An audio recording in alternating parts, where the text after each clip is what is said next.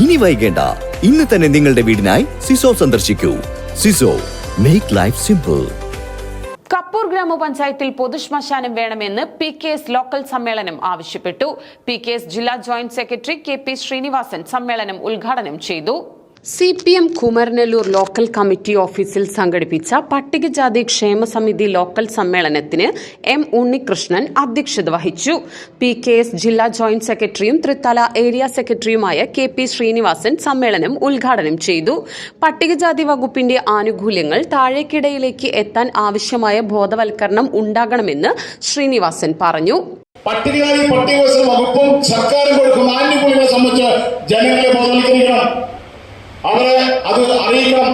അങ്ങനെ അറിയിച്ചാലേ അവർക്ക് അത് കിട്ടും. വിദേശ രാജ്യങ്ങളിൽ പഠിക്കാൻ സഹായം കൊടുക്കുന്നു. 25 ലക്ഷം രൂപ മുതൽ ആണ് കൊടുക്കുന്നത്, മേലെ കൊടുക്കുന്നുണ്ട്. വിദേശത്ത് പോയി പഠിക്കാൻ എത്ര ആൾ പഠിക്കാൻ കഴിയുന്നുണ്ട്?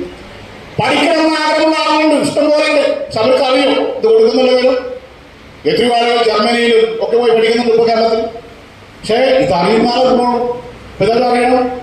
പട്ടികജാതി വകുപ്പ് ലക്ഷത്തിന് ഉപയോഗം. അപ്പോൾ വിദേശത്ത് പോകാൻ, ഗൾഫിൽ പോകാൻ സഹായം, ഗൾഫിൽ പോകാൻ സഹായം സർക്കാർ കൊടുക്കുന്നുണ്ട്. എത്ര പേർക്കറിയാം? വിശദാംശങ്ങൾ സൗകര്യം കൊടുക്കുന്നുള്ളൂ, എത്ര പേർക്കറിയാം? അവിടെ പോയിട്ട് വേണ്ടേ അവര് സാമ്പത്തികമായി ഒരു ഉന്നതി എത്താൻ അവസാനിക്കുന്നതാണ്.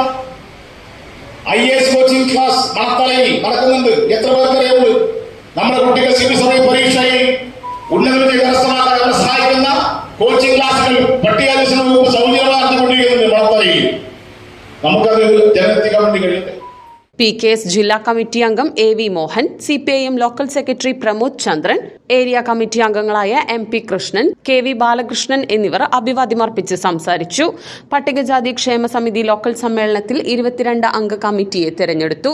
സെക്രട്ടറിയായി P Sivan, president M Unnikrishnan, treasurer K Rajan എന്നിവരെ സമ്മേളനം തിരഞ്ഞെടുത്തു.